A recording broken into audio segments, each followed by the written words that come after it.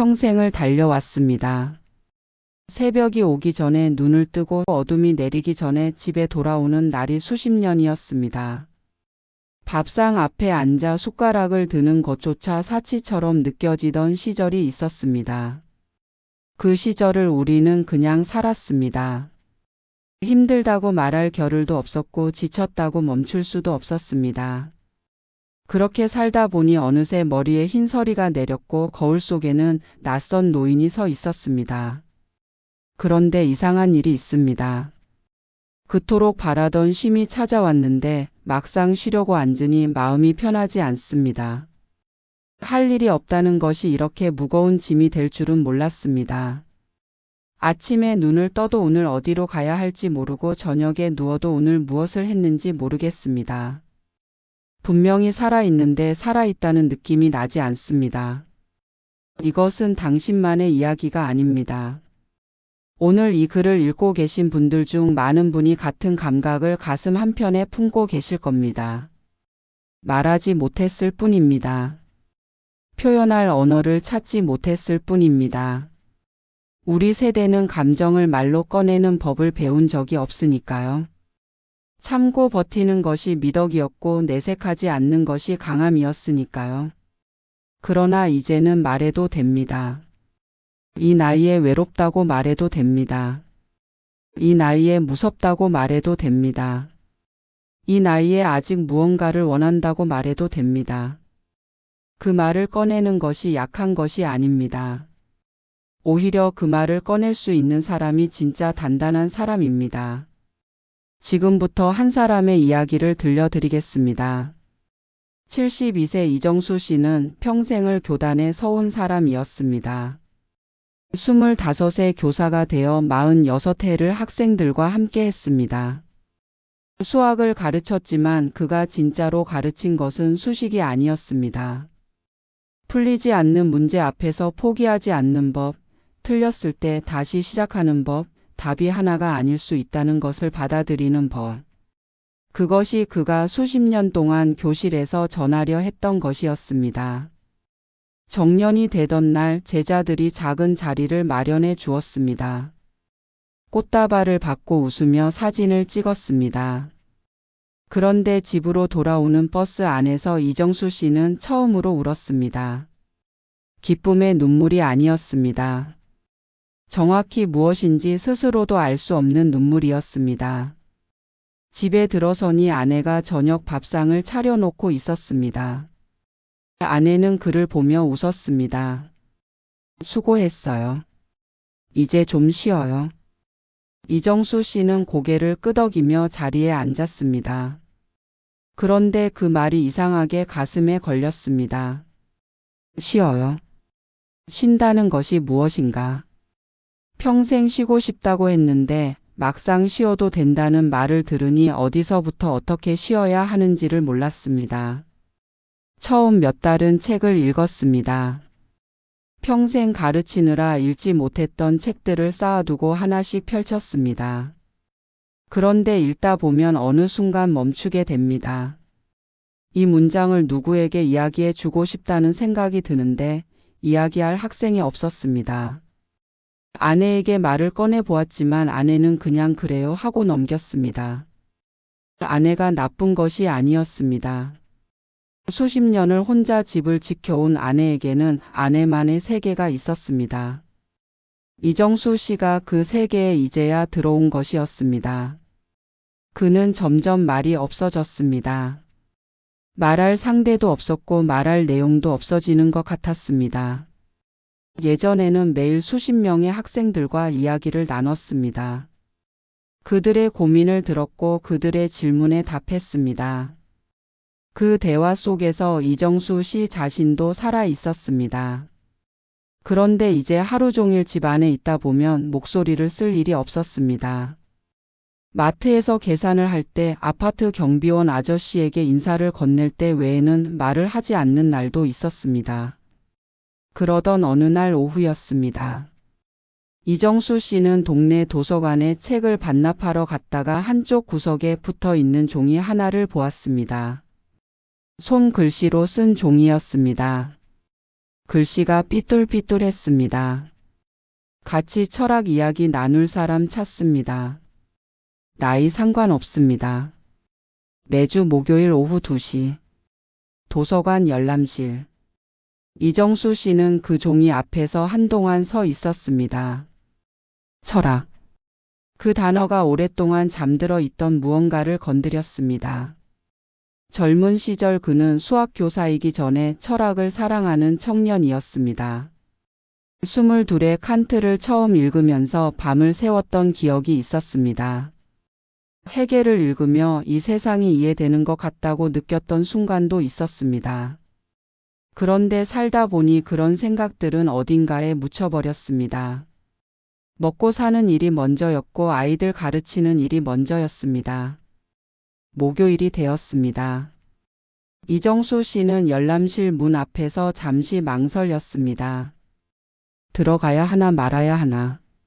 이 나이에 모르는 사람들 사이에 끼어드는 것이 어색하게 느껴졌습니다. 그런데 발이 먼저 문을 밀고 들어갔습니다. 안에는 67명이 앉아 있었습니다. 70대가 있었고 60대도 있었습니다.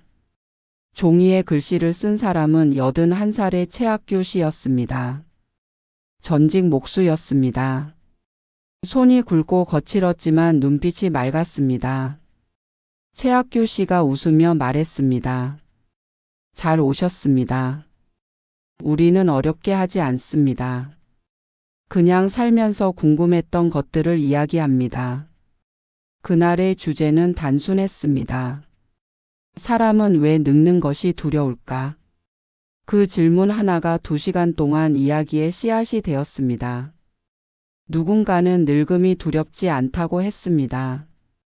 두려운 것은 늙는 것이 아니라 쓸모없어지는 것이라고 했습니다. 또 누군가는 죽음이 두려운 것이 아니라 혼자 죽는 것이 두렵다고 했습니다.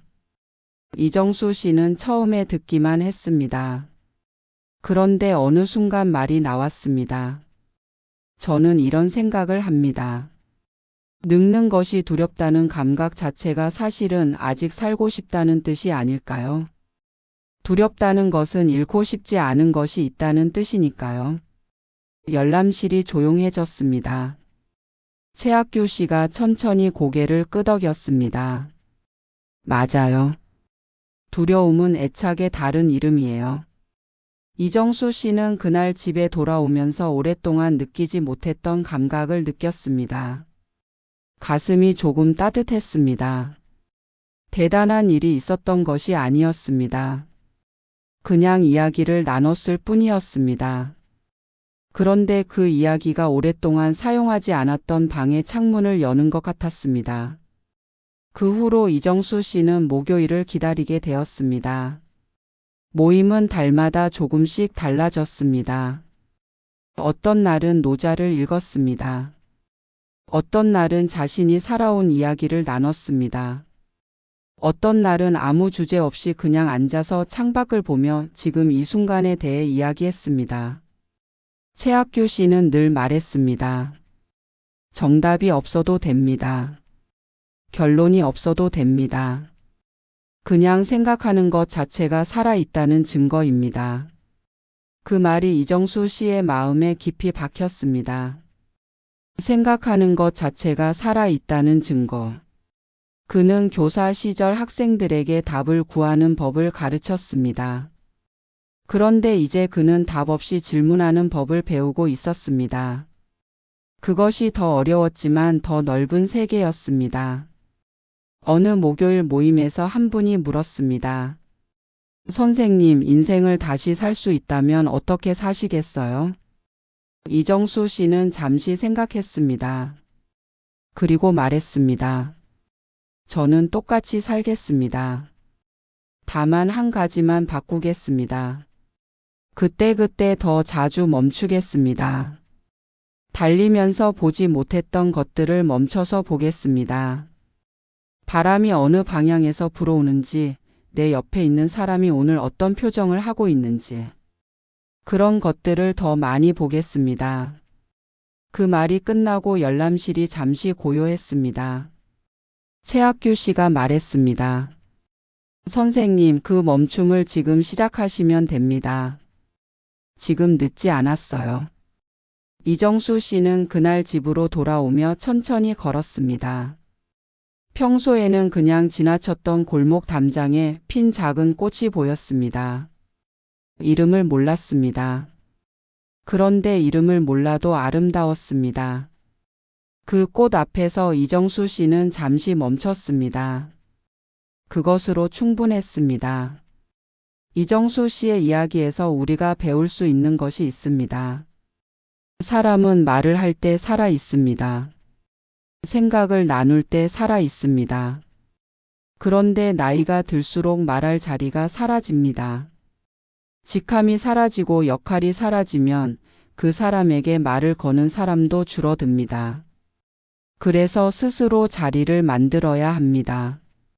그것이 도서관의 철학 모임일 수도 있고 동네 산책길에서 만나는 이웃과의 짧은 대화일 수도 있습니다. 중요한 것은 그 자리가 거창할 필요가 없다는 것입니다. 인간이 사회적 존재라는 말을 철학자들은 오래전부터 해왔습니다. 기원전 4세기 아리스토텔레스는 인간을 폴리티콘 조온, 즉 정치적 동물이라고 불렀습니다. 여기서 정치적이라는 말은 오늘날 우리가 쓰는 정치의 의미가 아닙니다. 공동체 안에서 살아가는 존재, 혼자서는 완전해질 수 없는 존재라는 뜻입니다. 아리스토텔레스는 말했습니다. 공동체 밖에 홀로 사는 존재는 짐승이거나 신이다. 인간은 그 사이 어딘가에 있고 그래서 반드시 다른 사람이 필요하다. 그 말이 2500년이 지난 오늘 우리의 노후에도 그대로 적용됩니다. 사람이 필요합니다. 단 많은 사람이 아닙니다. 진심으로 이야기를 나눌 수 있는 한 사람이면 됩니다. 그 한 사람이 노후를 지탱하는 가장 단단한 기둥이 됩니다. 그런데 많은 분들이 이런 말씀을 하십니다. 이 나이에 새로운 사람을 사귀기가 쉽지 않다고. 먼저 다가가는 것이 부끄럽다고. 거절당하면 어떡하냐고. 그 마음을 충분히 이해합니다. 그런데 생각해 보시면 지금 이 순간에도 어딘가에서 비슷한 생각을 하는 사람이 있습니다. 나와 같은 나이에 나와 같은 외로움을 느끼면서 먼저 다가가기를 망설이고 있는 사람이 있습니다. 우리 중 누군가가 먼저 손을 내밀어야 합니다. 그 누군가가 당신이어도 됩니다. 공자는 논어에서 이런 말을 했습니다. 덕은 외롭지 않다. 반드시 이웃이 있다. 좋은 마음을 가진 사람은 결국 비슷한 마음을 가진 사람을 만난다는 뜻입니다. 진심으로 다가가면 진심이 돌아옵니다. 그것이 인간의 본래 모습입니다. 이번에는 조금 다른 이야기를 해드리겠습니다. 우리는 살면서 수많은 선택을 해왔습니다. 어떤 선택은 옳았고 어떤 선택은 그렇지 않았습니다. 그리고 지금 이 나이가 되어 뒤를 돌아보면 잘못된 선택들이 더 또렷하게 보이는 것이 이상합니다. 잘한 것은 흐릿한데 아쉬운 것은 선명합니다. 그 아쉬움을 우리는 후회라고 부릅니다. 후회는 무겁습니다. 오래된 후회일수록 더 무겁습니다. 수십 년 전의 일인데 가끔 새벽에 눈이 떠지면 그 기억이 선명하게 살아납니다. 그때 그렇게 하지 않았더라면, 그때 그 말을 하지 않았더라면, 그때 그 사람 곁에 더 있었더라면, 이 후회의 무게를 어떻게 내려놓을 수 있을까요? 많은 분들이 잊으려고 합니다. 생각하지 않으려고 합니다. 그런데 잊으려고 할수록 더 떠오릅니다. 억누를수록 더 강하게 올라옵니다. 철학자 스피노자는 이런 말을 했습니다. 감정은 억압한다고 사라지지 않는다. 그것을 명확하게 이해할 때 비로소 그 힘을 잊는다. 후회도 마찬가지입니다. 외면한다고 사라지지 않습니다. 오히려 그 후회를 정면으로 바라볼 때 그것이 무엇인지 명확하게 이해할 때 비로소 그 무게가 조금씩 가벼워집니다. 그렇다면 후회를 정면으로 바라본다는 것이 무엇일까요? 그것은 그 선택이 틀렸다고 단죄하는 것이 아닙니다. 그 선택에는 이유가 있었음을 인정하는 것입니다. 그 시절 당신은 그 상황에서 할 수 있는 최선을 했습니다. 지금 보면 다르게 보이지만 그때 당신이 알고 있던 것, 가지고 있던 것, 처해 있던 상황에서는 그것이 최선이었습니다. 우리는 현재의 눈으로 과거를 심판하는 실수를 자주 합니다. 그런데 과거의 나는 현재의 나와 같은 사람이 아니었습니다. 지금 알고 있는 것을 그때는 몰랐습니다. 그러니 지금의 기준으로 그때를 재단하는 것은 공정하지 않습니다. 독일의 철학자 칸트는 도덕을 이야기하며 이런 원칙을 말했습니다. 당신이 알고 있는 것을 가지고 할 수 있는 것을 했다면 그것으로 충분하다. 그때 당신은 알고 있는 것을 가지고 할 수 있는 것을 했습니다. 그것으로 충분합니다. 물론 이 말이 쉽게 받아들여지지 않을 수도 있습니다. 어떤 후회는 너무 깊어서 이런 말 몇 마디로는 달라지지 않습니다. 그런 후회도 있습니다.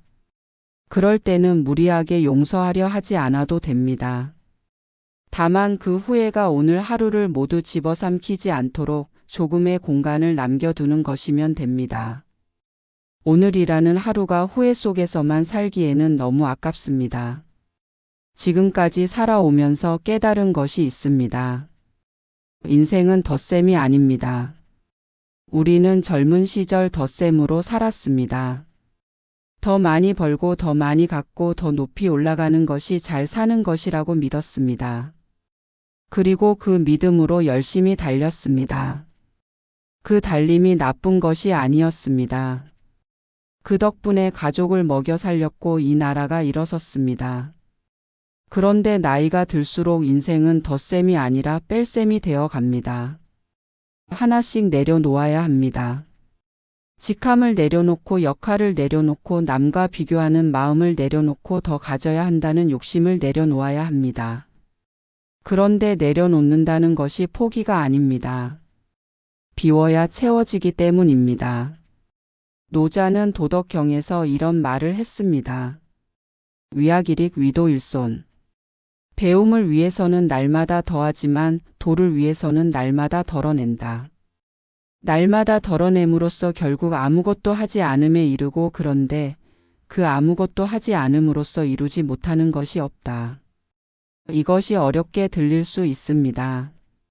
그런데 삶에 대입해 보면 이해가 됩니다. 남의 시선을 덜어낼수록 자신다워집니다. 비교를 덜어낼수록 지금 가진 것이 보입니다. 과거의 후회와 미래의 걱정을 덜어낼수록 오늘이 살아납니다. 덜어낼수록 더 충만해지는 역설. 그것이 나이 들매 지혜입니다. 이번에는 우리가 자주 잊어버리는 것에 대해 이야기하고 싶습니다. 감사입니다. 이 말이 식상하게 들릴 수 있습니다. 감사하며 살라는 말을 얼마나 많이 들어왔습니까? 그런데 아는 것과 사는 것은 다릅니다. 감사해야 한다는 것을 알면서도 실제로 감사하는 마음을 느끼며 사는 것은 전혀 다른 일입니다. 감사는 훈련이 필요합니다. 타고나는 것이 아닙니다. 조건이 좋아서 생기는 것도 아닙니다. 오히려 조건이 좋을 때 감사를 못 느끼는 사람도 많습니다. 감사는 의도적으로 연습해야 생기는 감각입니다. 고대 로마의 황제이자 철학자였던 마르쿠스 아우렐리우스는 매일 아침 명상의 글을 썼습니다. 그 글이 지금까지 남아 명상록이라는 이름으로 전해집니다. 그 글에서 그는 매일 이런 생각을 했습니다. 오늘도 눈을 떴다. 오늘도 숨을 쉬고 있다. 오늘도 내 손발이 움직인다. 이것이 당연한 것이 아니다. 황제가 그런 생각을 했습니다. 세상에서 가장 많은 것을 가진 사람이 가장 작은 것에 감사했습니다. 왜였을까요? 그것이 삶을 유지하는 방법임을 그는 알았기 때문입니다. 얼마나 많이 가졌느냐가 아니라 지금 가진 것을 얼마나 소중히 느끼느냐가 행복의 기준임을 황제의 자리에서 체득했기 때문입니다. 감사하는 마음은 현재를 살게 합니다. 감사는 지금 이 순간에만 가능합니다. 어제의 일에 감사하거나 내일의 일에 감사할 수는 없습니다. 지금 이 순간, 지금 여기에 있는 것에 감사할 수 있을 뿐입니다. 그래서 감사는 자연스럽게 우리를 현재로 데려옵니다. 오늘 아침에 밥을 먹었다면 그것이 감사입니다. 오늘 바람이 시원했다면 그것이 감사입니다. 오늘 누군가와 눈을 마주치고 인사를 나눴다면 그것이 감사입니다. 오늘 이 글을 읽고 계신다면 그것이 감사입니다. 눈이 보이고 귀가 들리고 생각을 할 수 있다는 것. 이것이 전부가 아닐까요? 나이 든다는 것은 무엇일까요? 많은 사람들이 나이 드는 것을 잃어가는 것으로 봅니다. 건강을 잃고 젊음을 잃고 가능성을 잃어가는 과정으로 봅니다. 그래서 두렵습니다. 그래서 저항하고 싶어집니다. 그런데 다른 시각이 있습니다. 나이 든다는 것은 깊어지는 것입니다. 강물을 생각해 보십시오. 상류의 강물은 빠릅니다. 돌에 부딪히고 거품을 일으키고 소리를 냅니다. 활기차고 힘찹니다. 그런데 하류로 내려올수록 강물은 느려집니다. 소리가 줄어듭니다. 넓어지고 깊어집니다. 그리고 그 깊은 물 속에 더 많은 것이 담깁니다. 젊음은 상류의 강물입니다. 빠르고 힘차고 눈에 띕니다. 그런데 노년은 하류의 강물입니다. 느리지만 깊습니다. 겉으로 보이는 것보다 훨씬 많은 것이 그 안에 담겨 있습니다. 수십 년을 살아온 사람의 눈빛에는 다른 것이 있습니다. 허둥대지 않는 무게감이 있습니다. 쉽게 흔들리지 않는 뿌리가 있습니다. 그것이 나이 듦이 주는 선물입니다. 공짜로 얻을 수 없는 선물입니다. 시간만이 줄 수 있는 선물입니다. 중국의 철학자 장자는 이런 말을 했습니다. 큰 나무는 쓸모없어 보이기에 오래 산다. 쓸모 있는 나무는 일찍 베이지만 쓸모없어 보이는 나무는 아무도 베지 않아 수백 년을 산다. 이 말이 역설적으로 들리지만 깊이 생각하면 위로가 됩니다. 이제 빨리 달리지 않아도 됩니다. 이제 눈에 띄지 않아도 됩니다. 쓸모 있어 보이지 않아도 됩니다. 그냥 오래 서 있어도 됩니다. 뿌리를 깊이 내리고 서 있는 것, 그것이 노년의 모습입니다. 그리고 그 나무의 그늘 아래에서 사람들이 쉬어갑니다. 그 나무가 있어서 세상이 조금 더 살만해집니다. 당신이 그 나무입니다. 이번에는 시간에 대해 이야기하겠습니다. 나이가 들수록 시간이 빠르게 간다고 느끼는 분들이 많습니다. 분명히 하루가 24시간인데 예전보다 훨씬 빨리 지나가는 느낌이 납니다. 왜일까요? 심리학자들은 이렇게 설명합니다. 새로운 경험이 줄어들수록 시간이 빠르게 느껴진다고 합니다. 어린 시절에는 모든 것이 처음이었습니다. 처음 보는 것, 처음 느끼는 것, 처음 겪는 일들이 넘쳤습니다. 그래서 하루하루가 길었습니다. 기억에 남는 것이 많았기 때문입니다. 그런데 나이가 들면 새로운 것이 줄어듭니다. 어제와 오늘이 비슷합니다. 뇌는 익숙한 것에는 많은 에너지를 쓰지 않습니다. 그래서 기억에 남는 것도 줄고 시간이 빠르게 지나간 것처럼 느껴집니다. 그렇다면 시간을 다시 느리게 만드는 방법은 무엇일까요? 새로운 것을 경험하는 것입니다. 새로운 길을 걷는 것, 새로운 책을 읽는 것, 새로운 사람을 만나는 것, 새로운 음식을 먹어보는 것. 이런 작은 새로움이 뇌를 깨우고 하루를 길게 만듭니다. 이정수 씨가 목요일 철학 모임을 시작하고 나서 느낀 것이 바로 그것이었습니다. 하루하루가 조금씩 달라졌습니다.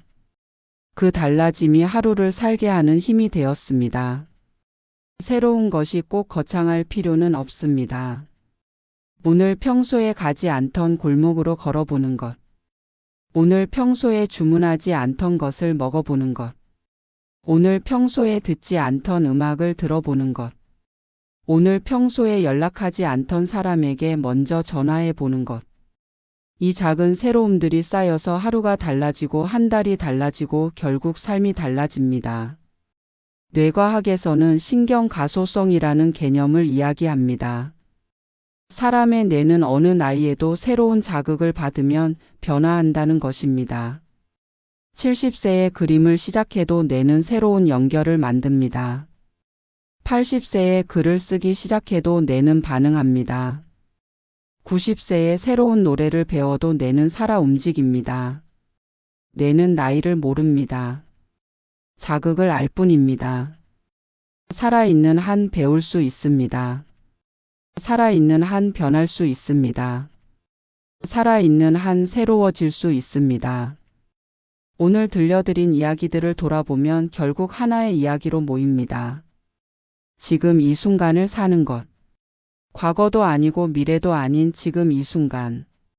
지금 내가 숨 쉬고 있는 이 순간. 지금 내 곁에 있는 사람이 있는 이 순간. 지금 창밖에 햇살이 들어오는 이 순간.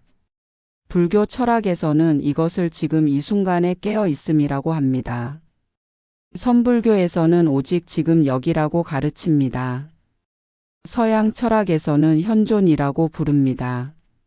시대도 다르고 문화도 다르지만 인류의 지혜는 결국 같은 곳을 가리킵니다.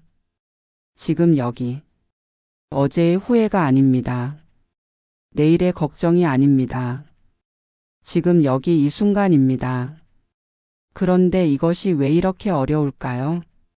우리는 평생 과거와 미래 사이에서 살도록 훈련받았기 때문입니다. 어제를 교훈 삼아 내일을 준비하는 것, 그것이 현명한 삶이라고 배웠기 때문입니다. 그 훈련이 나쁜 것이 아니었습니다. 그 덕분에 우리가 여기까지 왔습니다. 그런데 이제는 그 훈련을 조금 내려놓아도 될 시간이 왔습니다. 내일을 위해 오늘을 희생하는 시간은 충분히 살았습니다. 이제는 오늘을 위해 오늘을 사는 시간입니다. 독일의 철학자 하이데거는 이런 말을 했습니다. 죽음을 향한 존재임을 알 때 비로소 지금 이 순간이 소중해진다. 냉정하게 들릴 수 있습니다. 그런데 이 말의 본질은 두려움이 아닙니다. 깨어 있음입니다. 우리에게 남은 날들이 무한하지 않다는 것을 알기 때문에 지금 이 날이 소중합니다. 지금 이 사람이 소중합니다. 지금 이 대화가 소중합니다. 지금 이 밥 한 끼가 소중합니다. 유한하기 때문에 아름다운 것입니다.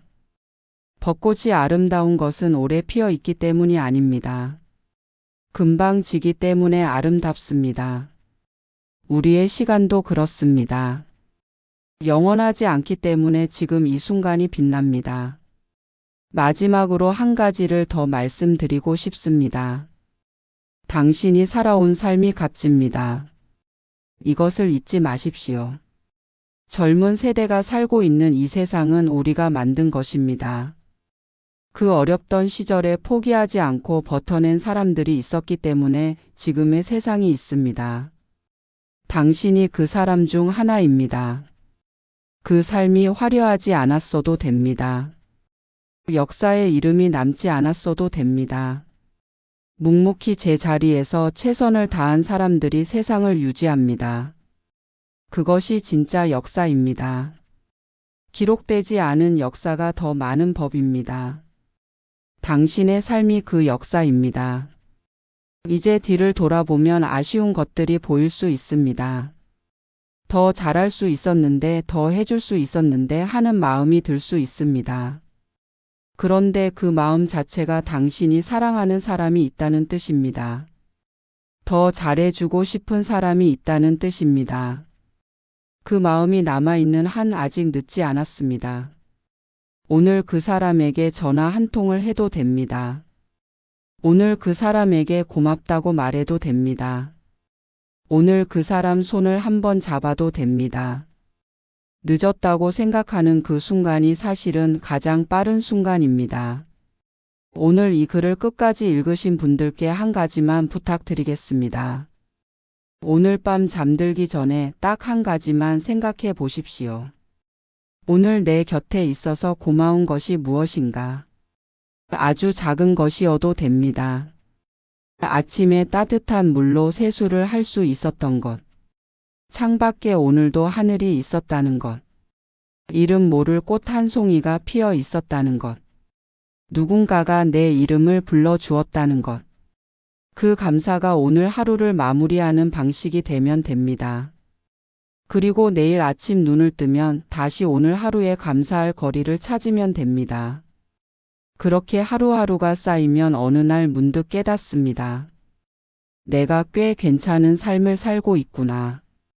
내 곁에 있는 것들이 꽤 소중한 것들이구나. 내가 아직 살아있다는 것 자체가 작지 않은 일이구나. 그 깨달음이 아침을 기다리게 만들고 하루를 가볍게 만들고 삶을 따뜻하게 만듭니다. 당신은 충분히 잘 살아오셨습니다. 그리고 앞으로도 충분히 잘 살아가실 수 있습니다. 오늘 하루도 수고 많으셨습니다. 어르신 여러분, 지금 이 순간 혼자 계십니까? 식탁 위에 밥 한 그릇이 달랑 놓여 있고 맞은편 자리는 비어 있고 창밖으로 지나가는 사람들 소리만 들려옵니다.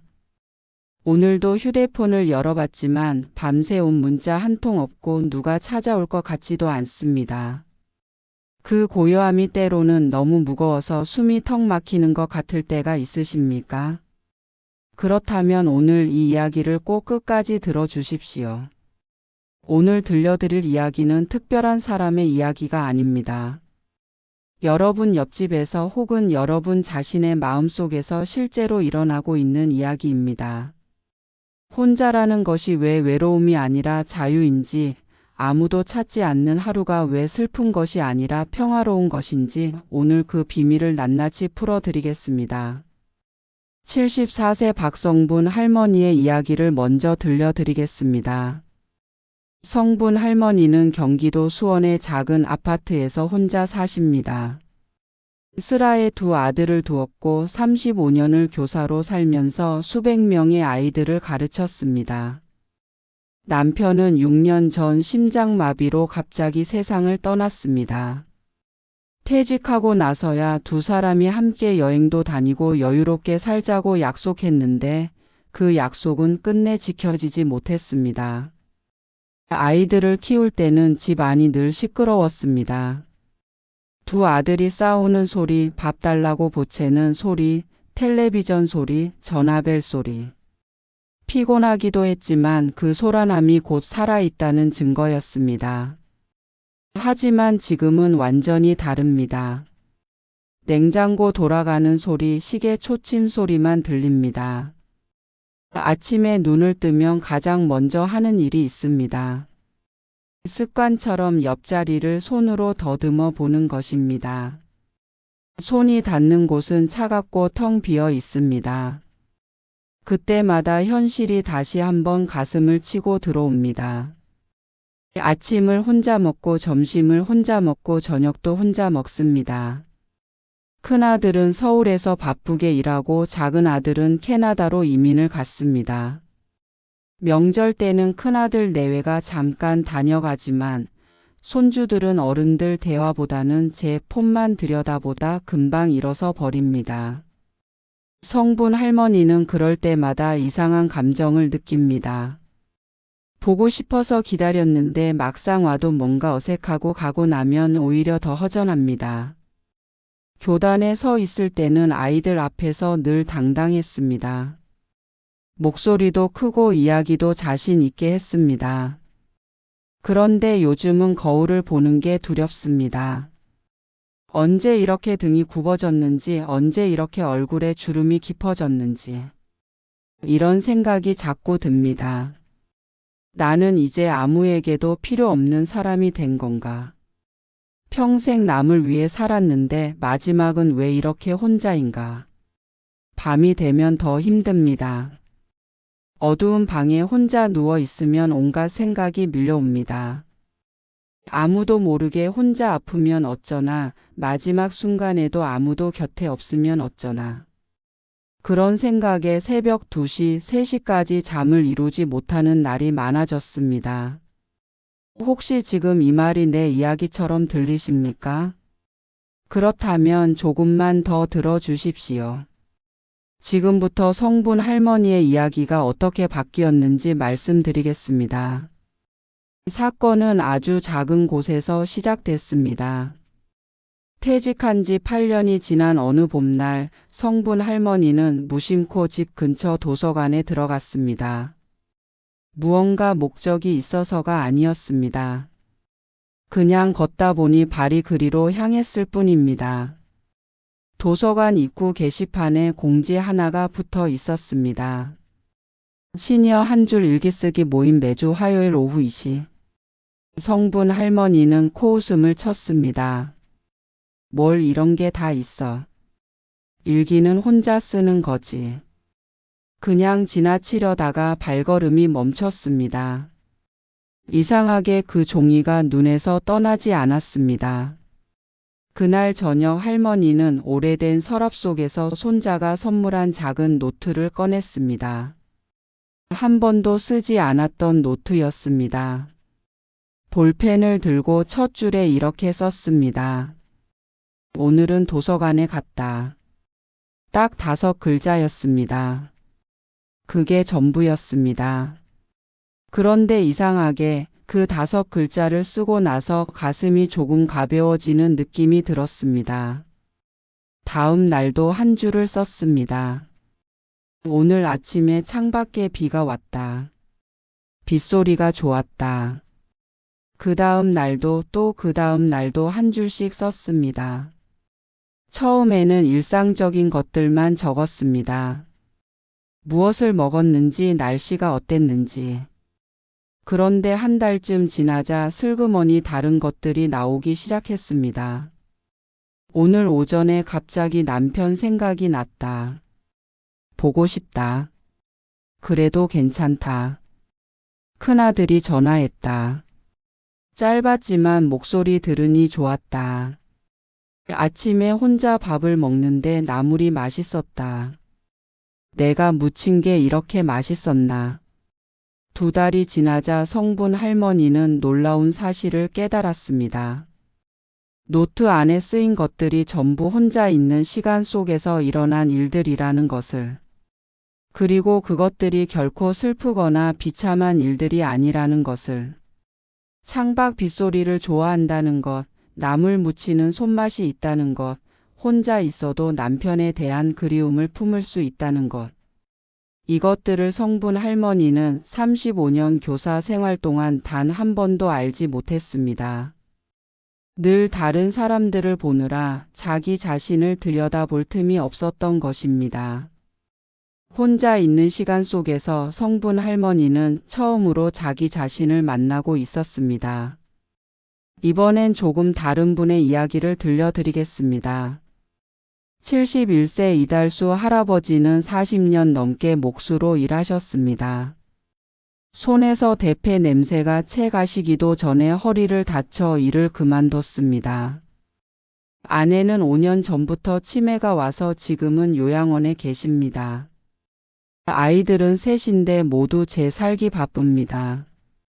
달수 할아버지는 경남 거제의 낡은 집에서 홀로 삽니다. 처음 1년은 정말 힘드셨습니다. 평생 손으로 일하던 분이 갑자기 일도 없고 아내도 곁에 없고 몸도 예전 같지 않으니 무엇을 해야 할지 몰랐습니다. 하루 종일 앉아서 텔레비전을 보다가 해가 지는 날이 반복됐습니다. 그러던 어느 날이었습니다. 창고에서 오래된 나무 조각들을 정리하다가 달수 할아버지는 무심코 조각 하나를 집어 들었습니다. 별 생각 없이 주머니 칼로 조금 깎아봤습니다.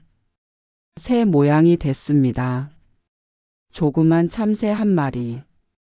달수 할아버지는 그걸 손바닥에 올려놓고 한참 바라봤습니다. 40년 동안 집을 짓고 가구를 만들었지만 이렇게 작은 것을 그냥 손으로 깎아본 건 처음이었습니다. 누가 시켜서도 아니고 돈을 받으려는 것도 아니었습니다. 그냥 하고 싶어서 한 것이었습니다. 그 작은 참새가 달수 할아버지의 삶을 바꿨습니다. 그날 이후 할아버지는 매일 아침 창고에 들어갔습니다. 오전에 2~3시간씩 나무를 깎았습니다. 토끼, 강아지, 소학, 손자, 손녀 이름을 새긴 작은 나무패도 만들었습니다. 아이들에게 택배로 보냈더니 손녀가 전화를 해왔습니다. 할아버지, 이거 할아버지가 직접 만든 거예요. 너무 예뻐요. 제 방에 놓을게요. 달수 할아버지는 전화를 끊고 혼자 한참을 앉아 있었습니다. 눈물이 났습니다. 슬픔의 눈물이 아니었습니다. 무언가 오래된 벽이 허물어지는 것 같은 느낌이었습니다. 나는 아직 무언가를 만들 수 있다. 나는 아직 누군가에게 기쁨을 줄 수 있다. 나는 아직 살아있다. 달수 할아버지는 지금도 매일 창고에서 나무를 깎습니다.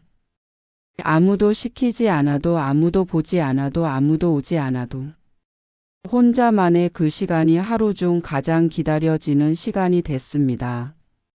성분 할머니와 달수 할아버지 두 분의 이야기를 들으시며 어떤 생각이 드셨습니까? 두 분은 특별한 사람이 아닙니다. 돈이 많아서도, 자식이 효자여서도, 건강해서도 아닙니다. 다만 한 가지가 달랐습니다. 혼자라는 상황을 바라보는 관점이 달랐습니다. 지금부터 혼자 있는 시간이 왜 축복인지 그 이유를 하나씩 말씀드리겠습니다. 마음에 새겨 두십시오.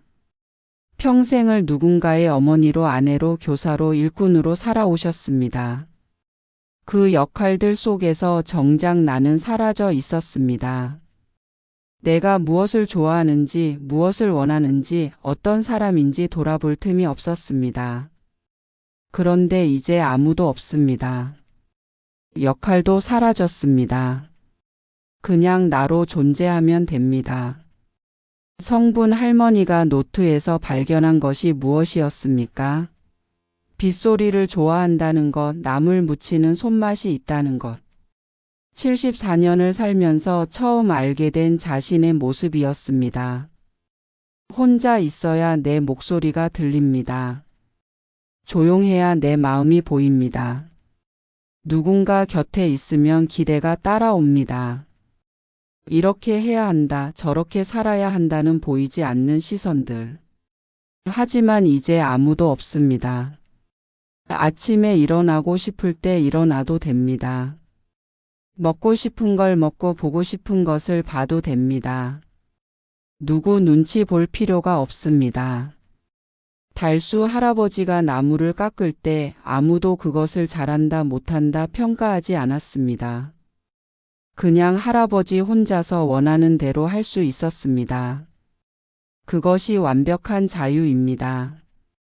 혼자라는 것은 완전한 자유입니다. 나이가 들면 하루에 쓸 수 있는 에너지가 정해져 있습니다.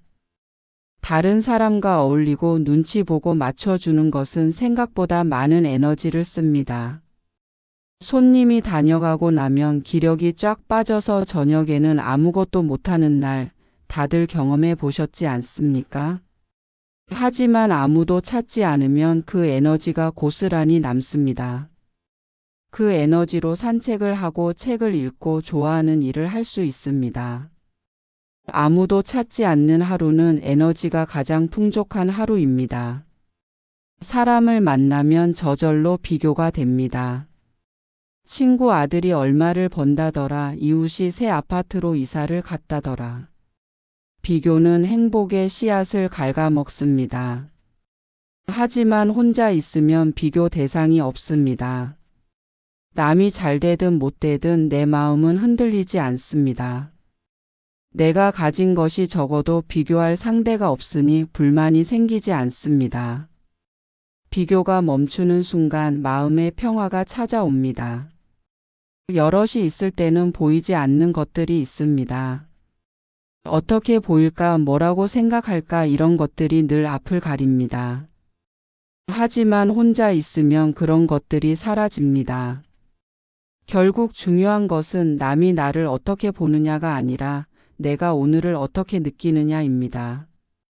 성분 할머니가 노트에서 발견한 것, 달수 할아버지가 나무 참새에서 발견한 것, 그것이 바로 삶의 본질이었습니다. 혼자 있는 조용한 시간 속에서 인생의 가장 중요한 것들이 보입니다. 관점을 바꾸는 것만으로는 부족합니다. 작은 실천이 필요합니다.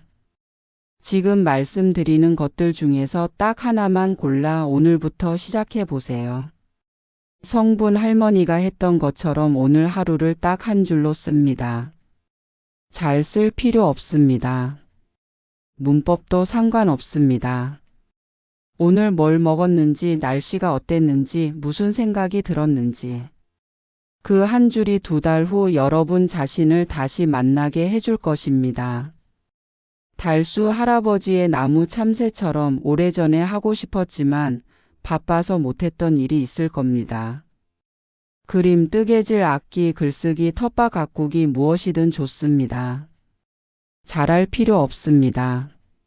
아무도 보지 않아도 됩니다. 그냥 하고 싶으니까 하는 것입니다.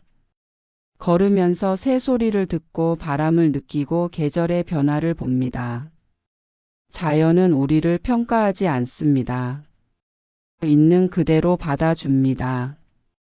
혼자 걷는 시간이 외롭지 않고 오히려 마음이 정리되는 시간이 됩니다. 눈을 뜨면 3가지를 말해보세요. 오늘도 눈을 떴다는 것, 2 다리로 걸을 수 있다는 것, 밥을 먹을 수 있다는 것, 혼자 있을 수 있다는 것도 감사입니다. 아무에게도 방해받지 않는 오늘 하루가 내게 주어졌다는 것을 감사하세요. 아침에 거울을 보면서 말해보세요. 나는 혼자여도 괜찮다. 이 시간이 내 시간이다. 처음에는 이상하게 느껴질 겁니다.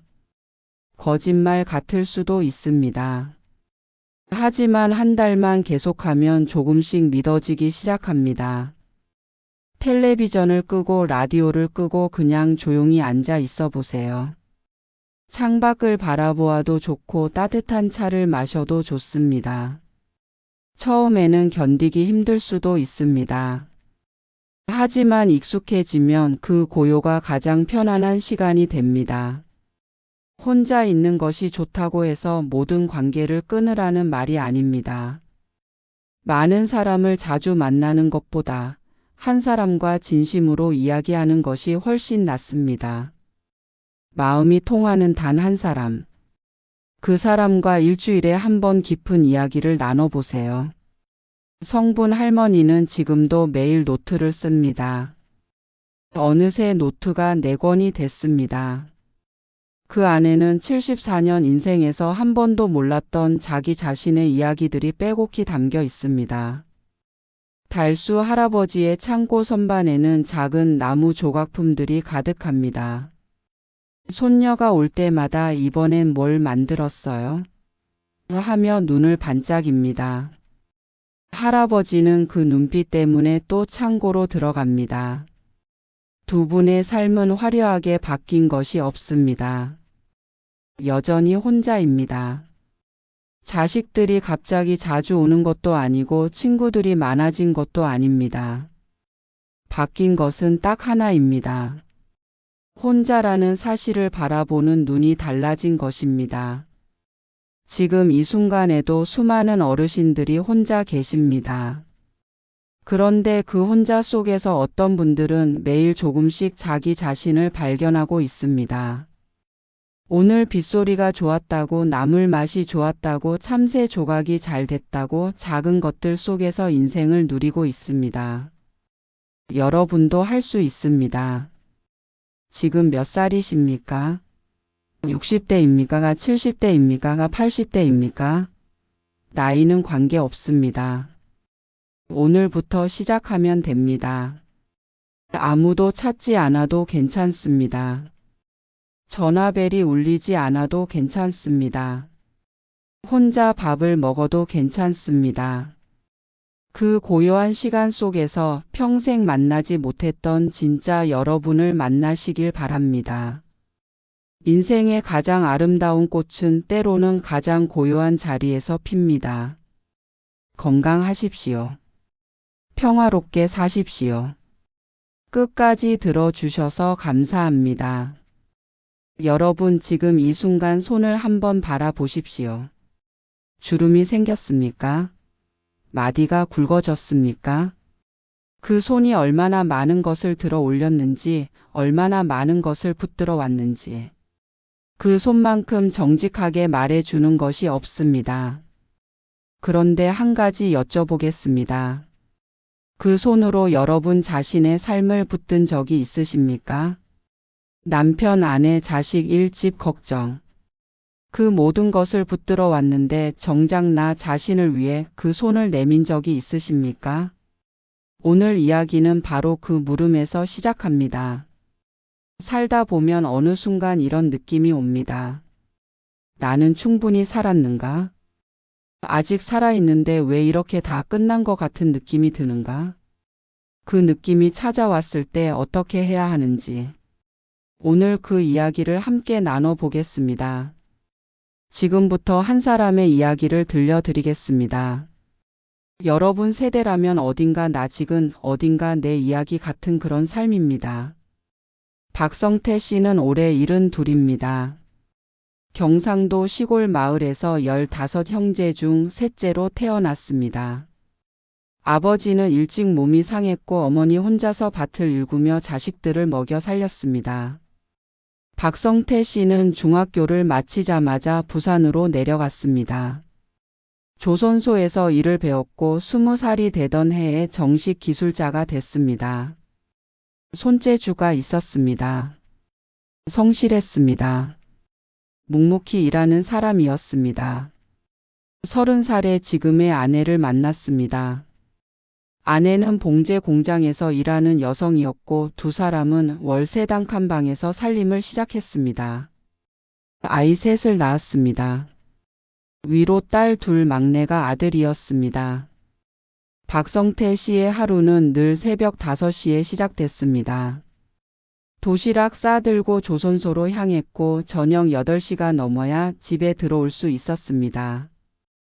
아이들이 자는 얼굴만 보고 다시 잠드는 날이 대부분이었습니다. 아이들이 나를 아버지보다 삼촌이라고 불렀어요, 처음엔. 박성태 씨는 그 말을 웃으며 했지만 눈빛은 웃고 있지 않았습니다. 세월이 흘렀습니다. 아이들은 자랐고 조선소는 구조조정을 맞았습니다. 55세에 명예퇴직을 했습니다. 그래도 괜찮다고 생각했습니다. 아이들 다 컸으니 됐다고 이제 좀 쉬어도 되겠다고 생각했습니다. 그런데 퇴직 후 첫 봄이 지나고 첫 여름이 지나고 첫 겨울이 됐을 때 박성태 씨는 자신이 이상해지고 있다는 것을 느꼈습니다. 말수가 줄었습니다. 텔레비전을 켜놓고도 무엇을 보는지 몰랐습니다. 아내가 밥을 차려줘도 됐어 하고 자리를 피했습니다. 이유도 몰랐습니다. 아픈 것도 아니었습니다. 그냥 무언가가 빠져나간 것 같은 느낌이었습니다. 가장 힘들었던 것은 아무도 자신을 필요로 하지 않는다는 느낌이었습니다. 조선소에 있을 때는 달랐습니다. 내가 이 일을 해야 배가 뜬다는 것을 알았습니다. 내가 자리를 비우면 동료가 힘들어진다는 것을 알았습니다. 그런데 이제는 내가 여기 있든 없든 세상이 똑같이 돌아갔습니다. 그 느낌이 박성태 씨를 조금씩 무너뜨렸습니다. 그러던 어느 날 오후였습니다. 아내가 시장을 간다며 나섰고 박성태 씨는 혼자 마루에 앉아 있었습니다. 무심코 마당을 내다봤는데 오래된 감나무 한 그루가 눈에 들어왔습니다. 이사 온 지 20년이 넘었는데 그 나무를 제대로 본 것은 처음이었습니다. 잎이 지고 앙상한 가지만 남아 있었는데 가지 끝에 까맣게 익은 감 하나가 달려 있었습니다. 새들이 다 쪼아먹고 남긴 것인지 작고 쭈글쭈글했지만 아직 달려 있었습니다. 바람이 살살 불었습니다. 가지가 흔들렸습니다. 그래도 그 감은 떨어지지 않았습니다. 박성태 씨는 자신도 모르게 그 감을 한참 바라봤습니다. 그리고 이런 생각이 들었다고 합니다. 저 감은 아무도 봐주지 않아도 저 자리에 있구나. 새가 쪼아도 바람이 흔들어도 겨울이 와도 저 자리에 있구나. 나는 누가 봐줘야만 내가 있는 것 같았는데. 그날 이후 박성태 씨는 조금씩 달라지기 시작했습니다. 변화는 아주 작은 것에서 시작됐습니다. 매일 아침 마당의 감나무 앞에 서서 잠깐 바라보는 것. 아내가 밥을 차리면 잘 먹겠습니다. 소리 내어 말하는 것. 동네 경로당에 나가기 시작한 것. 처음엔 어색했습니다. 젊었을 때 어울리기를 즐기는 사람이 아니었기 때문입니다. 그런데 경로당에서 바둑을 두는 어르신과 자꾸 마주치다 보니 어느새 대국 상대가 됐습니다. 박성태 씨는 원래 바둑을 잘 몰랐습니다. 그래서 지는 날이 더 많았습니다. 그런데 이상하게도 지고 나서 돌아오는 길이 더 가벼웠습니다. 지는 게 이렇게 편한 줄 몰랐어요. 살면서 너무 이기려고만 했거든요. 박성태 씨에게 두 번째 전환점이 찾아온 것은 그로부터 약 1년 뒤였습니다. 막내 아들이 일 때문에 힘들다고 연락을 해왔습니다. 직장을 그만둬야 할 것 같다는 이야기였습니다. 예전에 박성태 씨였다면 어땠을까요? 걱정을 짊어지고 밤새 잠을 못 이루고 아내에게 괜한 화를 냈을 겁니다. 그리고 아들에게는 참아라, 버텨라 그 말만 했을 겁니다. 그런데 그날 박성태 씨는 다르게 행동했습니다. 아들에게 전화를 걸어 이렇게 말했습니다. 올라오너라. 아버지가 밥 한 끼 사줄게. 그게 다였습니다. 아들이 올라왔습니다. 둘이 삼겹살을 구워 먹었습니다. 박성태 씨는 아들에게 해법을 이야기하지 않았습니다. 그냥 옆에 앉아서 같이 먹었습니다. 아들이 돌아가면서 이렇게 말했다고 합니다. 아버지, 요즘 많이 달라지셨어요. 편안해 보여서 좋아요. 박성태 씨는 그 말을 듣고 차에서 한참을 멍하니 앉아 있었다고 합니다. 내가 달라졌나? 내가 편안해졌나? 언제부터였을까? 지금 박성태 씨는 72입니다. 무릎이 예전 같지 않습니다. 돋보기 없이는 글씨를 못 읽습니다. 아내는 허리가 아프다고 가끔 신음소리를 냅니다. 그래도 박성태 씨는 말합니다. 지금이 내 인생에서 제일 편안한 때인 것 같습니다. 제일 잘 살고 있는 것 같습니다. 그 이유가 무엇인지 지금부터 함께 들여다보겠습니다. 박성태 씨가 어떻게 달라졌는지를 이해하려면 우리 안에 있는 오래된 물음을 먼저 꺼내야 합니다. 나는 쓸모 있는 사람인가? 이 물음이 우리를 얼마나 오랫동안 흔들어 왔는지 한번 생각해 보십시다. 일할 때는 일로 쓸모를 증명했습니다. 자식을 키울 때는 부모 역할로 쓸모를 증명했습니다. 그런데 그것이 끝나고 나면 무엇으로 증명합니까? 많은 분들이 그 물음 앞에서 흔들립니다. 그리고 그 흔들림이 무기력으로 울러 외로움으로 이어집니다. 그런데 오래전 이 물음과 싸웠던 사람들이 있습니다. 그들이 남긴 말을 함께 들어보겠습니다.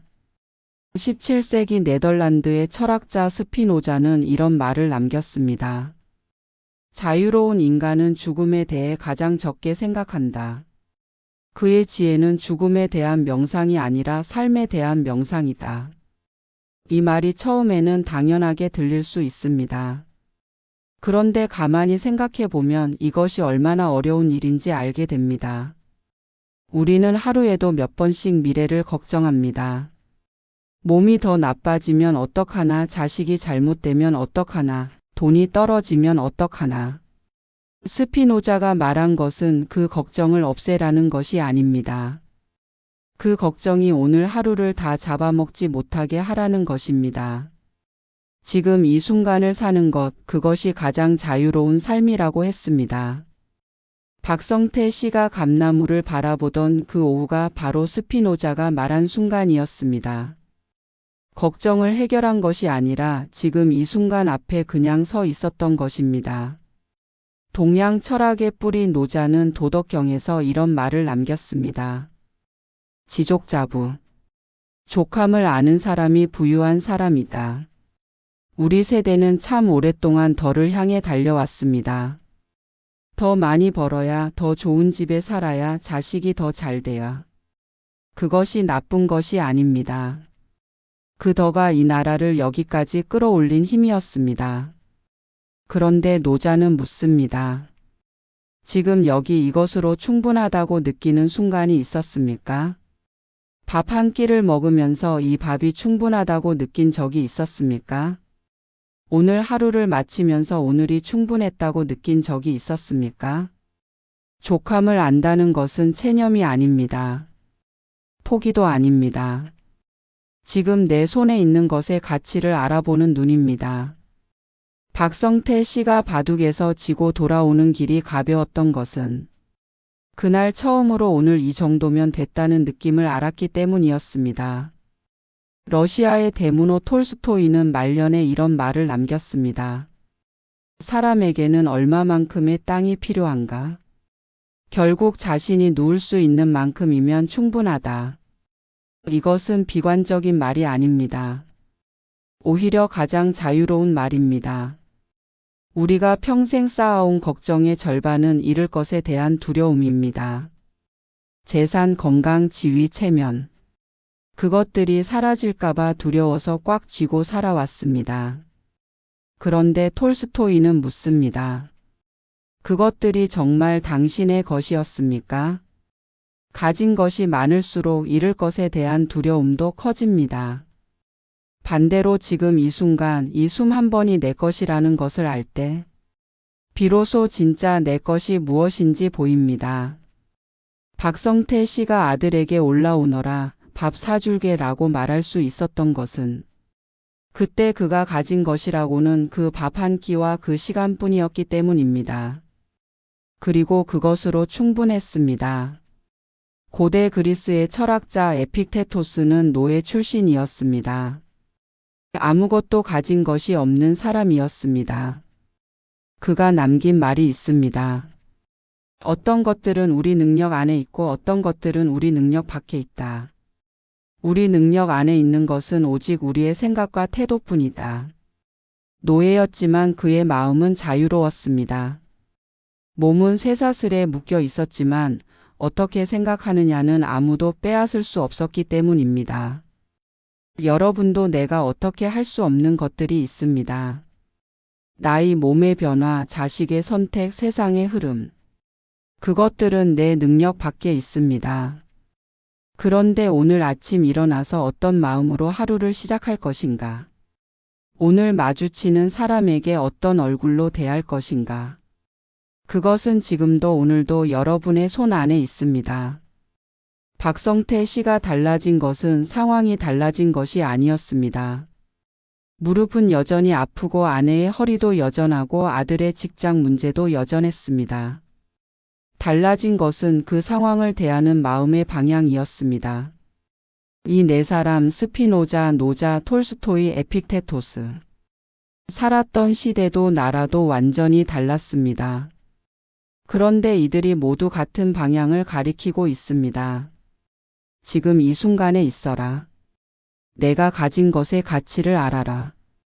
내가 바꿀 수 없는 것에 마음을 빼앗기지 마라. 그래도 마음의 방향은 여전히 내가 고를 수 있다. 수천 년 전 사람들도 수백 년 전 사람들도 같은 고민을 했습니다. 우리가 지금 안고 있는 이 무게가 우리만의 것이 아니라는 뜻입니다. 자, 이제 가장 실제적인 이야기를 드릴 차례입니다.